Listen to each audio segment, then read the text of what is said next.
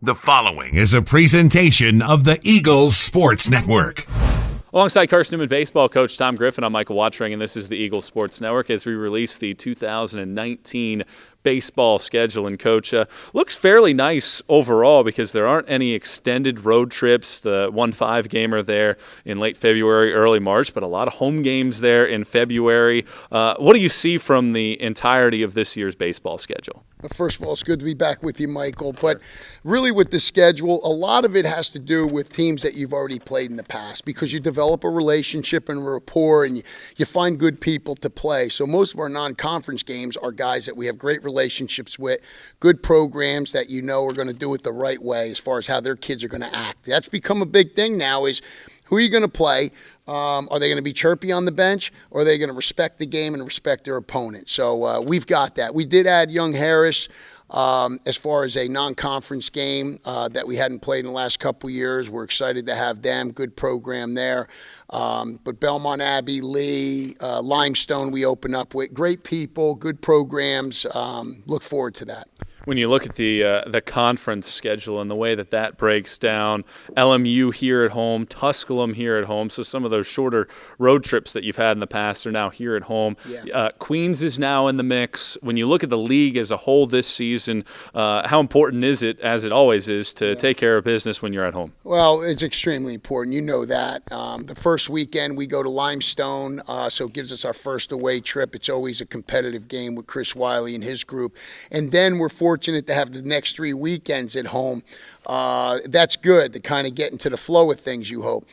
Conference-wise, listen, it's always extremely competitive. The league has gotten better and better every year.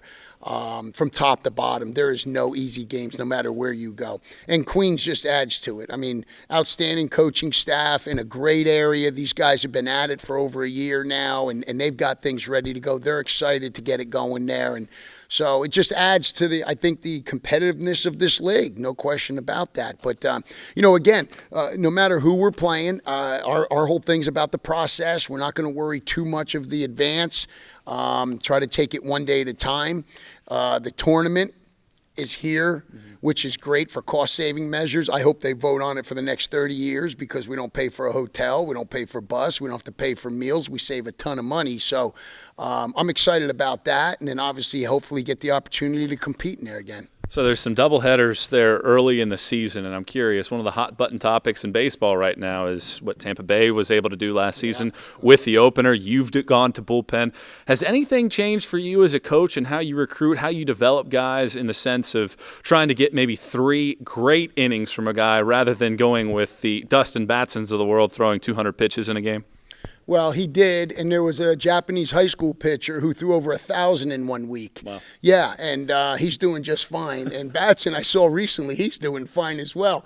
That's a great point. I think there'll be more coaches doing that because one of the hardest things to find is quality starting pitch. I mean, it's a tough gig.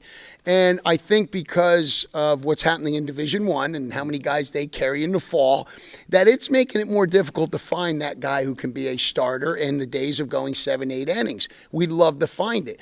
I think it depends on what you have on your staff. If you've got that guy, great. If you don't, then the idea that you can piece a game together, we've all done it. We've all wondered if it was good or bad, and then when Tampa did it, we're like, well, yeah, we did that for years. That's a great idea. So now how we go about it might change. We might start, say, that closer like they did or a short relief guy versus the starter for 3-4, then go with the relievers. We may change that. I think a lot of coaches will think about, let's win that first inning because we see number-wise, analytically, that's important to win that first inning. Maybe we got to throw that closer first inning, and then let's see what happens from that point on, especially for that 7-inning game. Man, that's a shorter game right there. And I'm glad as a conference we voted on doing a Friday doubleheader Saturday because we had talked about going Friday, Saturday, Sunday, and it's like, come on, man. That's like spreading it out way too thin as far as the pitching goes. And we talked about personnel and people. It's just I'm glad the league voted against that. One final question for you. You get those home games there in the early portion of the season. To get off to a good start this season, how important is it for this group, despite the fact that you return some guys? A lot of them are now just sophomores. No question. This is going to be a big thing early in the season because one of the things we feel we have is some exceptional depth. We have depth offensively. We think we have a lot of depth in our pitching staff. Now it's getting guys their reps, getting in there so we can get into a flow and everyone get to understand their role. The earlier we can understand our role, the better we're going to be. I think we have a great group of upper-class leadership. I think this fall, between the chemistry and the leadership that our upperclassmen showed, that's been off the charts. Now, do we have to have some guys step up? Every club needs someone to kind of step up and be the guy to a certain extent on the mound and at the plate.